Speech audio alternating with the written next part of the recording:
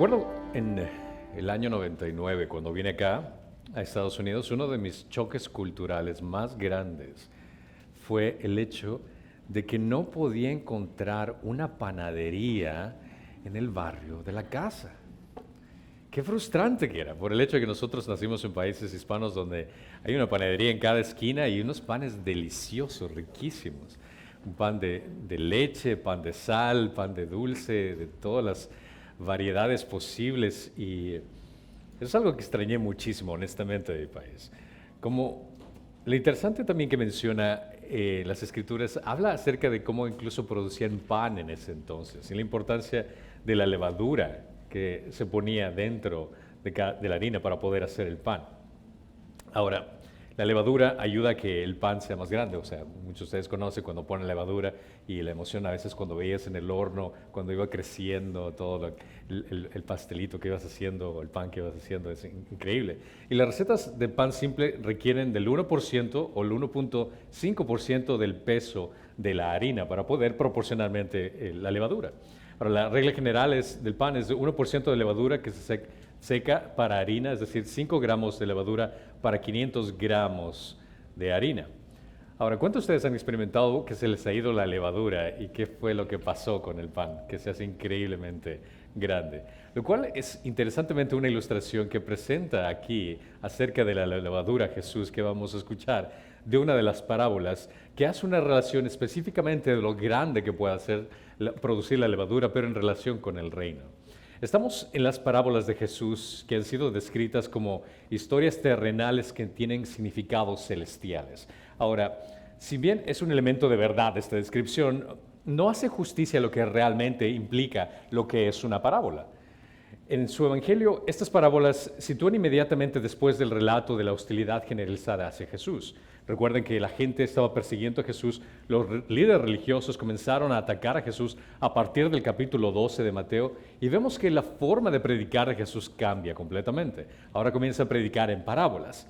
Entonces las parábolas no son simplemente ilustraciones de enseñanza de Jesús en forma como un predicador podría hacer para dar una ilustración específica.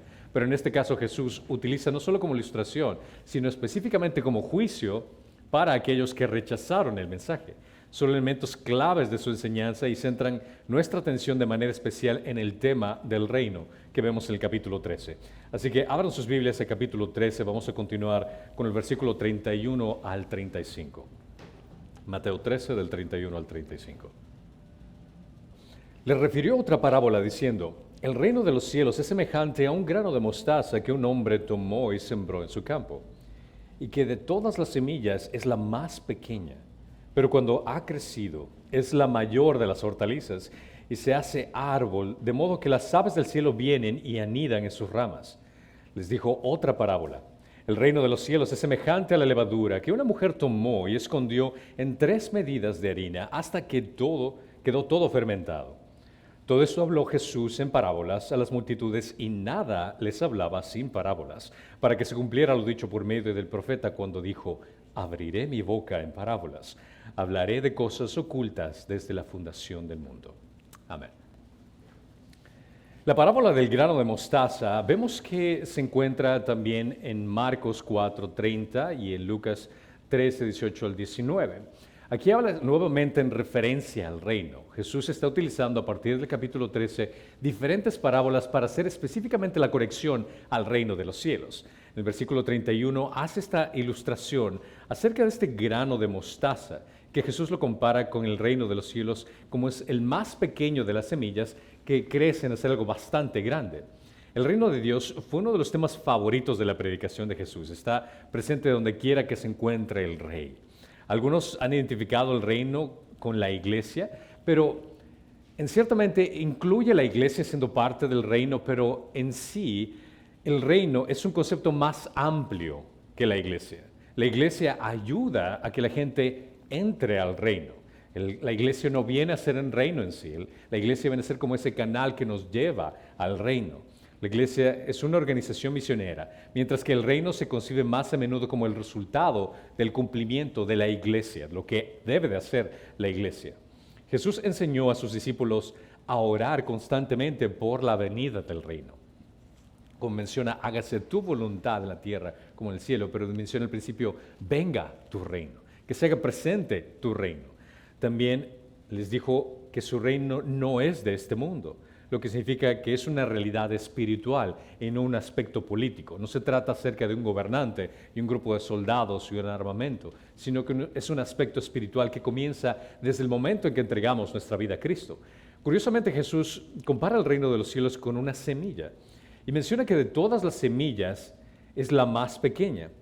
Aunque su semilla sea tan pequeña, una planta de mostaza crece hasta una gran altura para convertirse específicamente en un árbol que es de 12 a 15 pies, viene a ser este árbol. Y es en su temporada, en lugar de la temporada cuando estos árboles crecen, son bastante grandes. Ahora, muchos cuando estudian las Escrituras y vienen a criticar las Escrituras, específicamente con respecto al hecho de ciertos detalles que se menciona acerca de algo general, mencionan que en sí la semilla de mostaza no viene a ser la más grande en aspectos biológicos. Entonces, la pregunta que vendría a ser acaso aquí es, ¿acaso Jesús no sabe como creador que existen semillas más pequeñas? Por el hecho de que Él creó el mundo, Él tiene que conocer específicamente que la semilla de mostaza no es la más pequeña. Esta semilla era de hecho la más pequeña de las semillas en el jardín conocidos y era más o menos como alrededor de unos 20 milímetros la semilla de mostaza. Pero por ejemplo, existen otras semillas como el tef, que es considerado el grano más pequeño del mundo con apenas 1 milímetro de longitud. Pero aún existen más pequeñas que esto, que son las semillas de la orquídea, que son de varias formas y tamaños desde del filiforme y fustiforme y el episodial, que dimensionalmente son de 1 a 2 milímetros de largo y 0.5 milímetros de ancho. Un fruto puede contener acerca de 1.300 o 4 millones de semillas en una cápsula, según la especie de las orquídeas. La semilla de la orquídea, aunque es la más pequeña, era desconocida, debemos entender, para el pueblo de Israel. Entonces, Jesús no está hablando en términos absolutos. Jesús no está hablando como un carpólogo. Carpólogo es una disciplina de la botánica que habla específicamente acerca de plantas y el tamaño de las semillas. Así que no podemos considerar y abrir la Biblia. Bueno, ateos vienen y dicen, no, aquí está equivocado, porque existen semillas más pequeñas. Jesús estuvo equivocado. Es una prueba de que la Biblia es incorrecta y habla cosas incorrectas. Pero considera que la semilla de mostaza era la semilla más conocida dentro del contexto de las personas a su alrededor. Sería absurdo el hecho de que mencione acerca de, por ejemplo, la semilla de orquídea cuando ellos no tenían idea acerca de ese tipo de semilla. Entonces, está haciendo una relación con respecto a la que la audiencia está entendiendo. Nuevamente, la Biblia no se trata de un aspecto de botánica, de especificar acerca de cuál es exactamente la semilla más pequeña, sino que la gente entienda una ilustración que él está presentando para que ellos puedan comprender. Entonces, era entendible para ellos en Palestina que ellos comprendan cuál era la semilla más pequeña y entiendan esa relación. Pero menciona que cuando crece se convierte en una hortaliza suficientemente grande. Jesús no interpretó directamente esta parábola. Esta es una de las pocas veces en las cuales, como predicador, uno tiene que hacer una exégesis un poco más profunda, ya que otras parábolas Jesús les explica. Tenemos la bendición de que Jesús explica a sus discípulos, nosotros únicamente explicamos lo que Él ya dijo. Pero en este caso, sin embargo, se entiende que habla acerca del impacto en la gente de un comienzo pequeño que crecería rápidamente hasta convertirse en una gran entidad. Hay algo impresionante en el resultado final que analizan los modestos comienzos que de algo tan simple puede formarse algo tan gigantesco.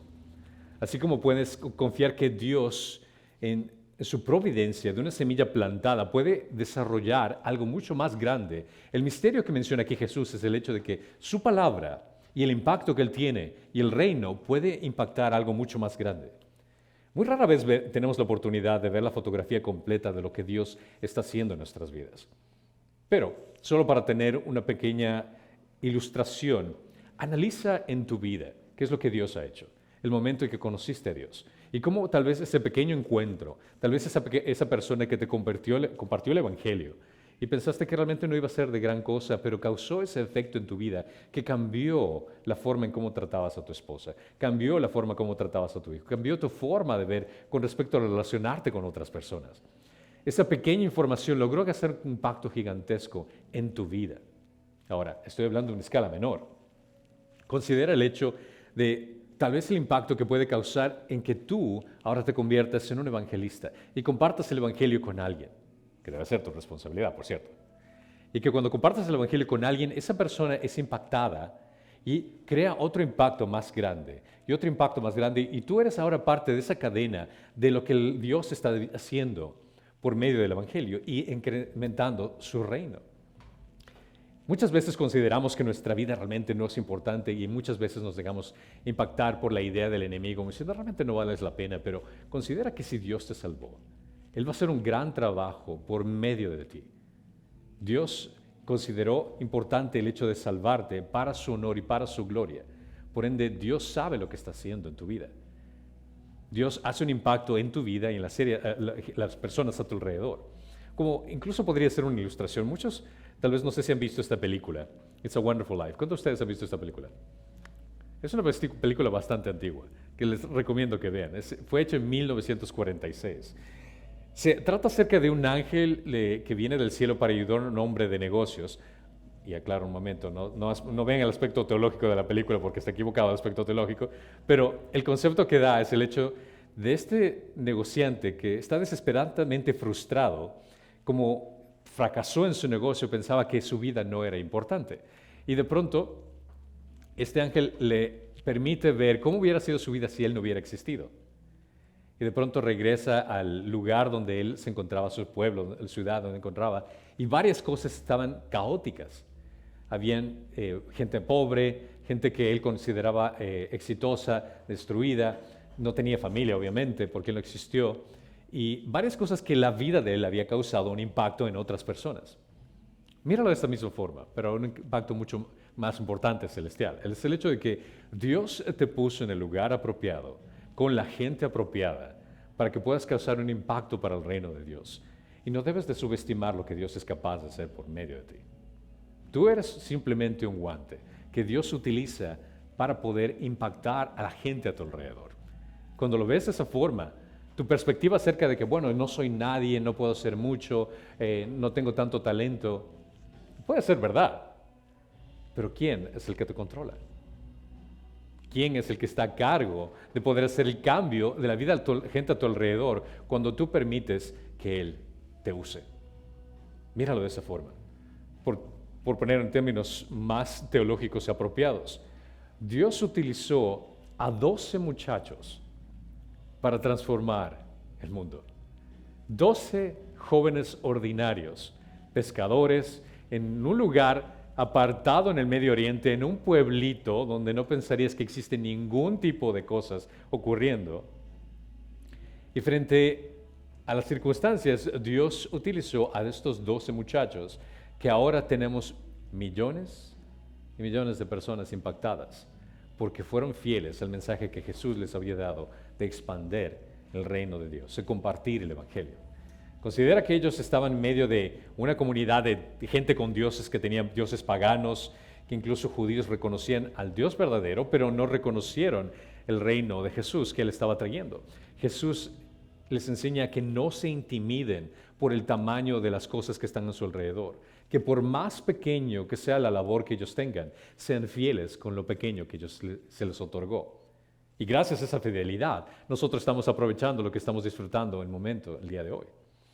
Estos pequeños comienzos se convertirán en algo mucho más grande que cualquiera de las otras religiones que se encuentran en el mundo contemporáneo de los discípulos iban a esperar.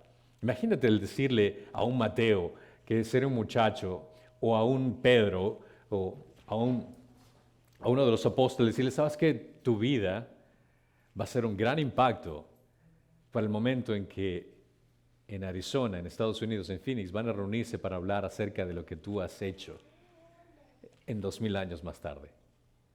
Puedes imaginarte qué impresionante es el hecho de que la vida de una persona en medio de la nada sea algo que se hable por décadas del impacto que Dios tuvo por medio de esas personas.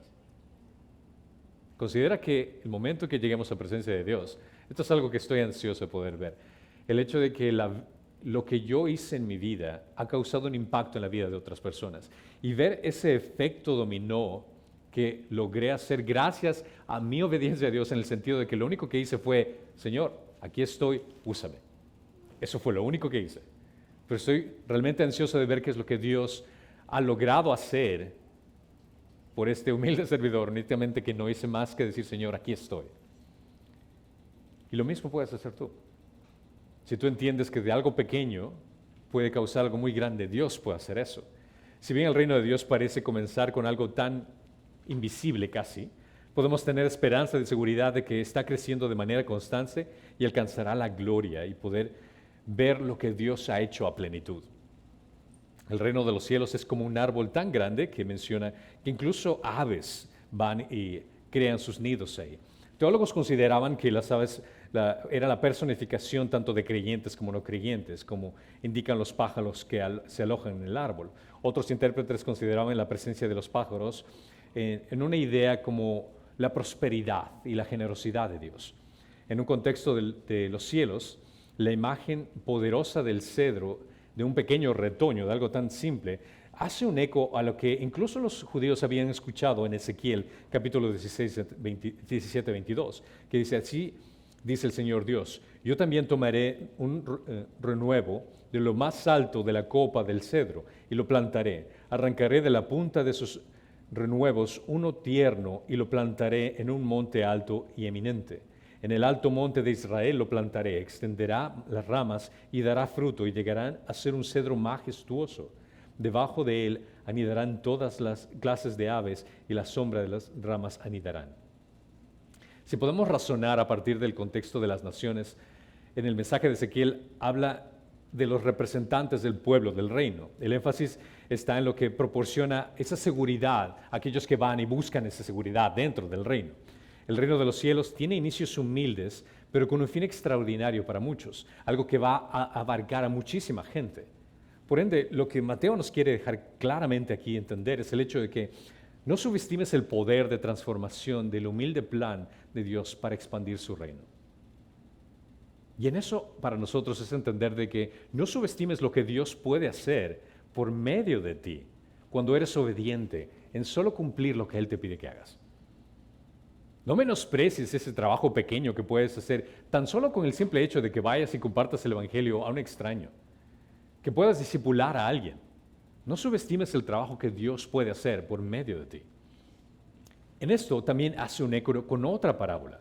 Ahora, esta parábola también se encuentra en Mateo 13 y en Lucas 13, pero esta vez va la parábola de la levadura. Las dos parábolas se convierten con frecuencia como parábolas gemelas y es por eso que las presento las dos juntas, porque las dos dan la idea de un crecimiento que es realmente sorprendente. En el versículo 33 menciona, les dijo otra parábola, el reino de los cielos es semejante a la levadura que una mujer tomó y escondió en 3 medidas de harina, hasta que todo quedó fermentado. Jesús compara el reino de Dios a la levadura que una mujer tomó.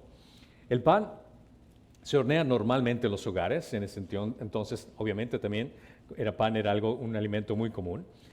No se obtenía en las panaderías y Jesús describe una mujer ocupada en esa tarea. Es decir, cuando Jesús habla acerca de esta ilustración, obviamente todos los que estaban ahí entendían la idea. Han visto a su mamá, han visto a su abuelita haciendo pan y ellas han probado el tipo de pan, entiende lo que está explicando. Jesús comparó el reino de los cielos con la levadura, que cuando se mezcla con una gran cantidad de harina continúa trabajando hasta que se impregna en toda la masa. Ahora, si es que has leído la Biblia, te vas a dar cuenta que la levadura también tiene un contexto negativo. Pero entonces la pregunta viene a ser, ¿por qué Jesús relaciona algo que tradicionalmente representa el mal con el reino de los cielos? La levadura a menudo simboliza una influencia corrupta. La levadura es un símbolo de cualquier influencia maligna. Si se permite que permanezca, puede corromper un cuerpo, como sería el pecado, vendría a ser una conexión. Esto comenzó en Éxodo 12:15, cuando menciona, 7 días comeréis panes sin levadura. Además, desde el primer día quitaréis toda levadura de vuestra casa, porque cualquiera que coma algo levaduado desde el primer día hasta el séptimo, esa persona será cortada de Israel. ¿Te imaginas el contexto que te está dando? Si pones una pizca de levadura en el pan, vas a ser cortado de Israel. Estaba dando una ilustración muy importante, es el hecho de que ni siquiera una pizca Una onza de pecado puede infiltrar dentro de ustedes. Y ellos lo vieron de una forma visual, de una forma práctica. En Mateo 16:6 menciona también, Jesús les dijo, estad atentos y guardaos de la levadura de los fariseos y saduceos, comparando acerca de ese tipo de enseñanza que viene a dañar algo que ellos ya tenían. En 1 Corintios 5:7 menciona, limpiad la levadura vieja para que seáis masa nueva, así como lo sois, sin levadura, porque aún Cristo, nuestra Pascua, ha sido sacrificado. Por tanto, celebremos la fiesta, no con la levadura vieja, ni con la levadura de malicia y maldad, sino con panes sin levadura, de sinceridad y ¿de qué? De verdad. La levadura siempre fue considerada como algo negativo, pero en este caso ahora Jesús utiliza el aspecto de la levadura para presentar la relación con el reino. La levadura en este caso no habla acerca del mal, y esto es lo que nos ayuda a entender la importancia de contexto, contexto, contexto. Siempre analiza las cosas en contexto. ¿Y qué es lo que quiere decir? La idea de hablar en representación del mal sería redundante porque el mal ya estaba representado en la parábola de la cizaña, en la segunda parábola. Entonces, si quería hablar acerca del mal otra vez, ya lo había explicado aquí anteriormente. Por lo tanto, Jesús tenía en mente el carácter dinámico de la levadura. Quería dar una ilustración de lo que ocurre, de lo que hace la levadura. La naturaleza de la levadura es tal que una vez que comienza el proceso de fermentación es imposible que la detengas. No puedes hacer nada, no puedes aplastarlo, o sea, va a crecer, no vas a hacer nada para evitar que eso ocurra.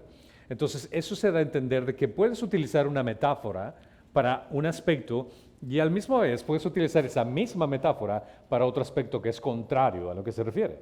Y esto es algo muy común que vemos en las Escrituras, así que no tienes que estar, por decir, fijo en decir que no, la levadura significa únicamente el pecado. Bueno, no, aquí vemos un ejemplo claro que la levadura se utiliza para algo diferente. Las metáforas pueden tener diferentes usos. Por ejemplo, la metáfora del león. Muchos hemos leído acerca de la metáfora que se habla acerca del león. Cuando digo la palabra del león, ¿qué personaje se te viene a la mente? Jesús. Ok, perfecto. Pero si leemos 1 Pedro 5:8 menciona, sed de espíritus sobrios, estad alerta. Vuestro adversario, el diablo, anda al acecho como ¿qué? Como un león. Y nosotros pensábamos, bueno, pero Jesús era el... O sea, entonces, ¿qué trata aquí? Dice león rugiente buscando a quien devorar. Entonces, una metáfora se utiliza con la idea de cuál es el propósito que el contexto está queriendo decir. El león rugiente, entiendes la idea que está a punto de atacar. Pero también se entiende el león en el contexto de Apocalipsis 5:5, que dice, entonces uno de los ancianos me dijo, no lloréis, mira, el león de la tribu de Judá, la raíz de David, ha vencido para abrir el libro y sus 7 sellos. Aquí, ¿a quién se está refiriendo? A Jesús, claramente. Entonces vemos que Satanás se lo relaciona con león y aquí vemos que Jesús se lo relaciona con león. Ahora, no seamos absurdos para decir, entonces estamos hablando de que Jesús es Satanás. No, no. Entiende, contexto, contexto, contexto. Es lo que te explica el texto en sí mismo. Aquí la relación que se utiliza en Apocalipsis 5:5 viene a ser por el hecho del rey de la tribu de Judá. Eso es algo que se entendía en el Antiguo Testamento y se comprende que se está hablando en referencia a Jesús. Entonces Jesús estaba dando a entender a aquellos que profesan pertenecer al reino de los cielos que crecería en un número y que nada podría detener ese avance. Esa idea encaja con la levadura de que cuando lo pones en un pan va a crecer, va a expandirse, no hay nada que lo detenga. Esta idea encaja con la naturaleza de la levadura y tiene sentido en el flujo de estas parábolas, de lo que está queriendo decir. Menciona aquí el versículo que escondió 3 medidas de harina hasta que todo quedó fermentado. 3 medidas representan una enorme cantidad de harina que asciende aproximadamente a 39.4 litros o 50 libras. Se estima que el pan horneado con esta cantidad de masa sería suficiente para alimentar a más de 100 personas. Es decir, la parábola que está mencionando está haciendo medidas que sería para un gran número de personas. El uso de números y cantidades exageradas es característica de las parábolas. La idea de que Jesús presente una exageración es para que la gente ponga atención de la importancia de lo que quiere decir. La cantidad de harina de la mujer corresponde a un tamaño del árbol que creció de la semilla de mostaza. La cantidad representa una exageración de la cantidad máxima que se espera que una mujer pueda hacer en una casa. Imagínate, estás viviendo en ese entonces, en un pequeño cuarto tal vez, donde en el mismo cuarto tienes la cocina, tienes el dormitorio, y de pronto la mujer está cocinando esto, ¿y dónde vas a guardar más de 100 panes en ese lugar? Es muy pequeño para ese sitio, pero esa es la exageración que quiere poner en punto, para que la gente se dé cuenta, o sea, no, vivimos en un lugar pequeño, ¿quién va a hacer eso? Esa es la idea. Mateo apela una vez más a las fuerzas misteriosas de la vida que están contenidas dentro de los aspectos naturales. Está haciendo una relación de algo que la gente entendía por algo sobrenatural que ellos no comprenderían. La capacidad de una pequeña cantidad de levadura para afectar una gran cantidad de masa es intrínsecamente impresionante. La cantidad de masa es inusualmente grande. La expresión que está utilizando aquí es algo que sobrepasa algo que una familia normal podría hacer. El reino de los cielos es como la acción de la levadura, que es más impactante y sorprendente de lo que imaginamos. Lo que nuevamente enfatiza con este versículo es el hecho de la transformación de algo que es tan humilde, que es tan pequeño, que se hace algo tan gigantesco, tan impresionante. Y esto es algo que muchos de nosotros, cuando estemos en presencia de Dios, vamos a sorprendernos al ver el impacto que tuvo Dios al hacer todo esto, cuando veamos a todas las tribus, todas las naciones adorando a Dios, y obviamente el ver toda esa magnificencia por lo que hizo Jesús, comenzando con su venida, y esos 12 hombres ordinarios que hicieron ese impacto dominó que causó para que veamos todo lo que vamos a observar en la eternidad. Y en el versículo 34 menciona que todo esto habló Jesús en parábolas a las multitudes, y nada hablaba sin parábolas, para que se cumpliera lo dicho por medio del profeta cuando dijo: abriré mi boca en parábolas, hablaré de cosas ocultas desde la fundación del mundo. Al hablar en parábolas, Jesús estaba cumpliendo las Escrituras al mismo tiempo que estaba enseñando verdades no reveladas previamente. Esta práctica que se explicó anteriormente en Isaías 6, cuando dice: y él dijo, ve y di a este pueblo, escuchad bien, pero no entendáis, mirad bien, pero no comprendáis. Haz insensible el corazón de este pueblo, endurece sus oídos y nubla sus ojos, no sea que vean con sus ojos y oigan con sus oídos y entiendan con su corazón y se arrepientan y sean curados. Nuevamente, este es un aspecto de cumplimiento de las Escrituras. Mateo está enfatizando: judíos, a ustedes les estoy escribiendo, recuerdan que les hablé acerca del Mesías. Este es el Mesías, Él está cumpliendo con las Escrituras.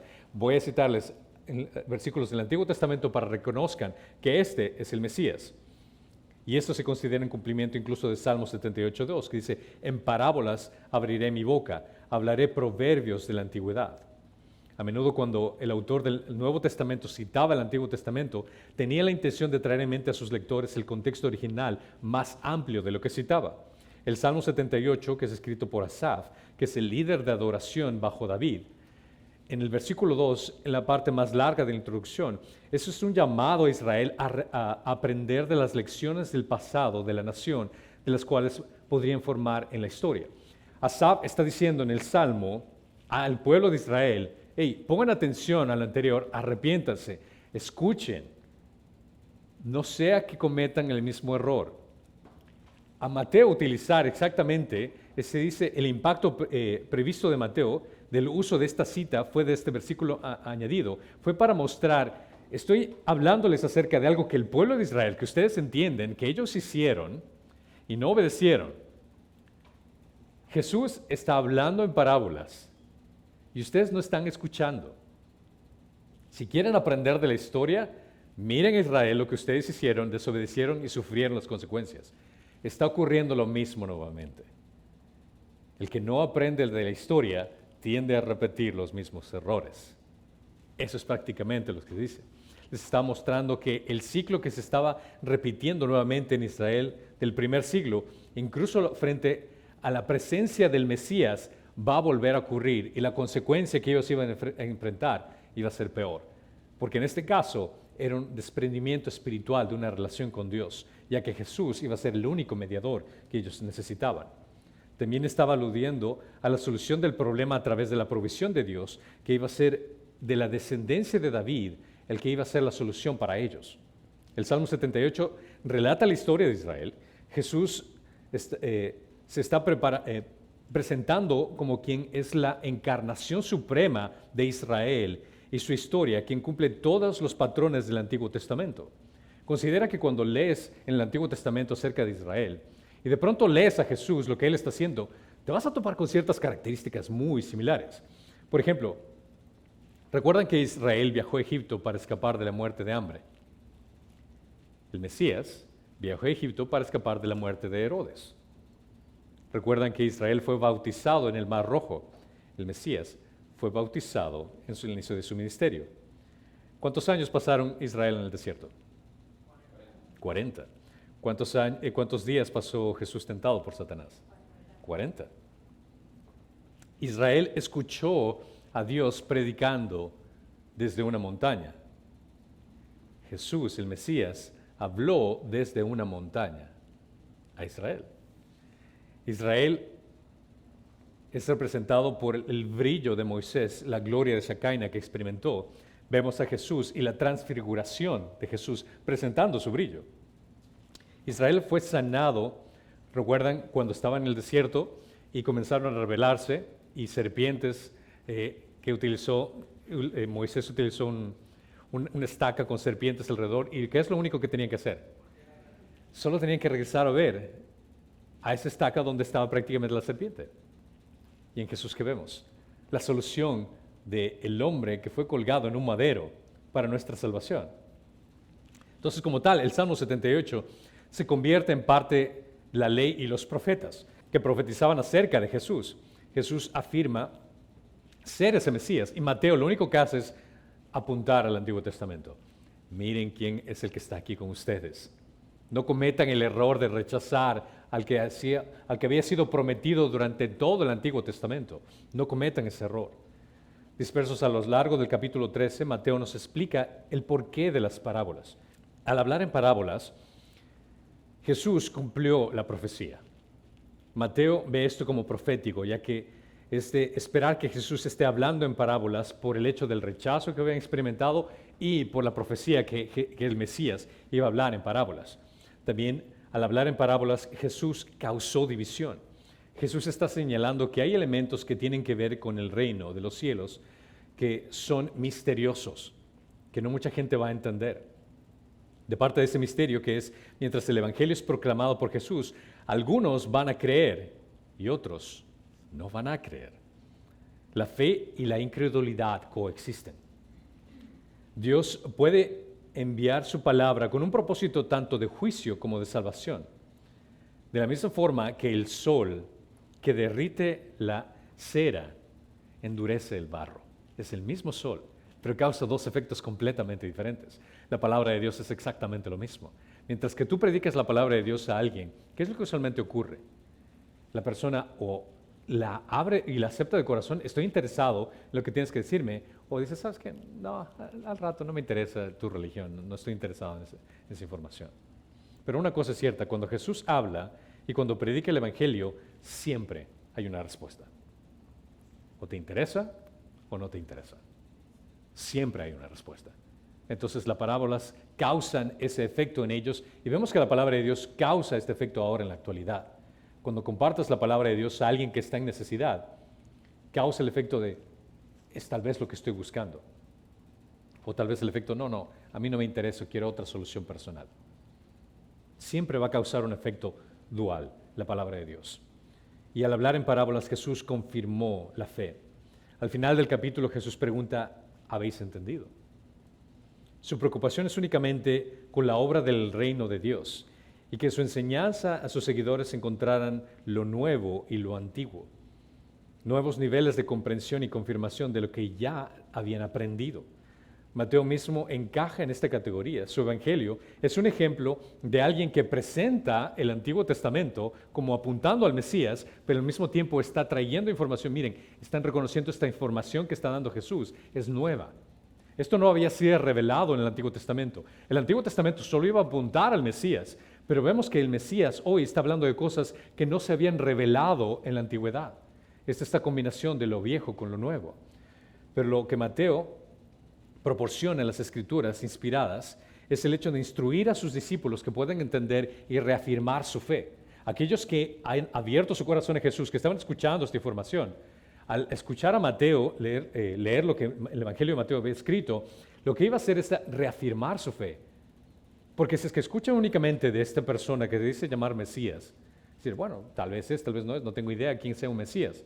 Pero como eran judíos, entendían, bueno, sabemos de la existencia que iba a hablar un Mesías. Oh, entonces este es el Mesías. Iba a reforzar su fe. Entonces ese era el punto de confirmar la fe de la gente, cumpliendo la profecía, causando división y formando esta fe más fuerte en la gente. Mateo inserta un llamado característico en la profecía y él encuentra que no solo los elementos individuales de la vida del ministerio de Jesús son el cumplimiento de la profecía, sino también el método en el cual él estaba enseñando. Una y otra vez, como hemos visto, Jesús no necesitaba decir, hey, gente, yo soy Dios, míreme, acá estoy, yo soy Dios. Lo hemos analizado, estamos solo en el capítulo 13. Y una y otra vez lo hemos durante todos los capítulos afirmado cómo Jesús, sin necesidad de decir que Él es Dios, lo reafirmado Mateo claramente por medio de cómo nació, dónde nació, lo que hizo, los milagros, las afirmaciones que Él daba, la forma de predicar. Una y otra cosa era apuntando lo que el Antiguo Testamento claramente decía, el Mesías. ¿Y quién era el Mesías? Era el Dios encarnado. Va a venir y va a hacer esto. Eso es lo que exactamente estaba queriendo hacer Mateo, una y otra vez. Así que si se topan con alguien que te dice, bueno, no, Jesús nunca dijo que era Dios. Yo no creo en eso, porque, a ver, dime un versículo donde Jesús era Dios. Honestamente, solo tienes que leer la Biblia. En este caso, si puedes leer solo hasta los primeros 3 capítulos, entendiendo con una mente abierta, comprendiendo las profecías del Antiguo Testamento, no era necesario de que Él diga eso. Él lo estaba actuando. Estaba cumpliendo cada una de las promesas que se habían dado en el Antiguo Testamento. Hablando de cosas ocultas desde la fundación del mundo en parábolas. Mateo no está diciendo que Jesús nunca enseñó de otra manera. Él obviamente vemos en los primeros capítulos que enseñaba claramente, pero vemos que a partir de ahora, del capítulo 13, enseña en parábolas. Pero esta es la forma que enseñar sobre el reino específicamente, cosas ocultas, que nunca se hayan conocido desde el principio del mundo. Indica que no son alcanzables por la búsqueda humana. O sea, que una persona, si no hubiera sido por el Mesías, jamás hubiera encontrado esta información. Son secretos y nuevos principalmente porque dependen de un enfoque desde las Escrituras, reuniendo varias piezas de revelaciones anteriores y con la información que estaba dando Jesús. Así el Mesías, el hijo de David, pero también el siervo sufriente, viene a cumplir esas 2 revelaciones. Cómo iba a ser un rey, pero al mismo tiempo iba a sufrir. ¿Cómo va a funcionar eso? Porque el Antiguo Testamento es la razón por la cual los judíos estaban confundidos. El nuevo Mesías va a ser un rey, va a conquistar, va a salvarnos. Sí, lo hizo, pero en un contexto diferente, como un rey sufriente, el Mesías sufriente. Y esto viene a ser uno de los misterios revelados a un pueblo en el Medio Oriente que sería estudiado por miles de años y cautivando a generaciones. Esta información que ocurrió en un pueblo, en una ciudad, que pensarías, bueno, tal vez si Dios quiere entrar, ¿por qué no hubiera utilizado la dinastía china? Es un imperio bastante grande. ¿O por qué no hubiera utilizado tal vez imperios gigantescos? Hubiera sido de Roma o de Egipto. Pero viene a ser de un lugar bastante desconocido, a nivel de imperios y de poder estoy hablando. Y a partir de eso ahora tenemos lo que se entiende el mundo, una religión, pero en realidad es una realidad revelada que ha estado desde la antigüedad, lo cual nos reafirma el hecho de que no debemos subestimar lo que Dios ha hecho. En las Escrituras lo hizo de algo tan humilde y va a ser algo tan glorioso. Mateo deja claro que Jesús compara el reino de los cielos con algo que tuvo un inicio sumamente pequeño, pero que se convertirá en algo maravillosamente grande, utilizando parábolas para explicarlo. Habla solo en parábolas para cumplir las profecías de presentar ocultas estas verdades a aquellos que no estaban interesados. Lo que las personas que leyeron el Evangelio, primordialmente los destinatarios de ese Evangelio, se dieron cuenta que el reino de los cielos puede tener un inicio humilde y pequeño, pero que se convertirá en algo maravillosamente grandioso, algo que solo los discípulos podrán entender, algo que solo los seguidores de Cristo podrán disfrutar. La parábola enseña fe, paciencia, esperanza y gozo. En sí, el Evangelio, que viene a ser para nosotros esa información de buenas noticias, viene a causar ese efecto en nosotros. Su mayor obra, sin embargo, fueron los cambios internos invisibles. El milagro más grande que ocurre en la actualidad no va a ser tanto el hecho de que un niño pueda ser sano en un hospital, no va a ser el hecho de que una persona pueda ser rescatada de un accidente, sino el hecho de la transformación que existe dentro de cada individuo cuando se entrega a Cristo, cuando el Evangelio causa ese efecto dentro de esa persona. Y es un milagro que vemos constantemente a nuestro alrededor, gracias a ese inicio tan insignificante, a ese inicio tan humilde que ahora impacta a millones de personas.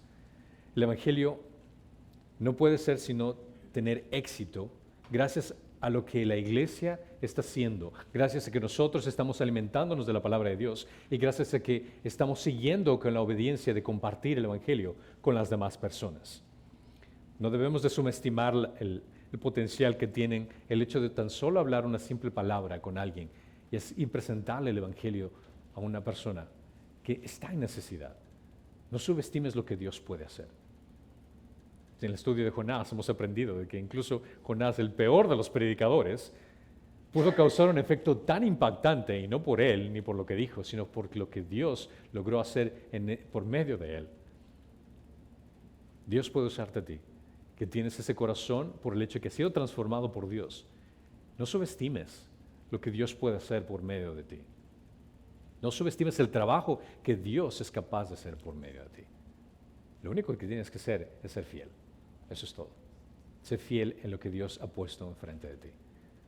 No tengas miedo al hombre. No tengas vergüenza y no dejes que te dominen esas emociones. Dios es mucho más grande que cualquier cosa. Tú solo sé fiel. Y vas a ver lo hermoso que puede lograr Dios hacer en cambios de transformación en gente a tu alrededor por tu simple obediencia. Amén. Gracias, Señor, te damos por ayudarnos a entender del maravilloso plan, Señor, que tienes, de algo tan humilde. Señor, que tú transformas vidas, Padre. Y de un lugar tan remoto, seleccionaste 12 muchachos que lograron hacer un impacto impresionante a miles de personas y que ahora estamos disfrutando incluso hasta la actualidad de lo que tú has hecho, Señor. Padre, te queremos pedir para que de la misma forma que tú utilizaste a esos 12 muchachos, nos utilices a nosotros también. Que nos ayudes y nos des sabiduría para poder compartir las buenas noticias con gente que necesita conocer de ti.